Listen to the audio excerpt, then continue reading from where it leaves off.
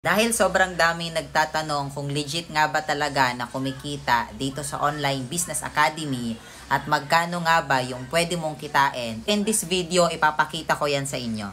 Time check, it's November 24, 9:34 PM and meron tayong income dito sa account natin, 19,798 pesos, and check natin kung magkano yung kikitain natin after ilang minutes. So ayun guys, bumalik tayo dito sa website at 9:46 PM and this time i-check natin kung magkano yung pumasok sa account natin.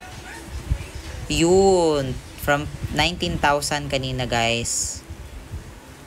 So ang in-income natin is 24,299.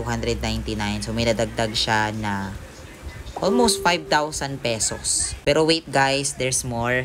Titignan natin kung madadagdagan pa to maya-maya. Ayan guys, so check na naman natin yung time. It's already 9:52, malapit na mag 10 PM.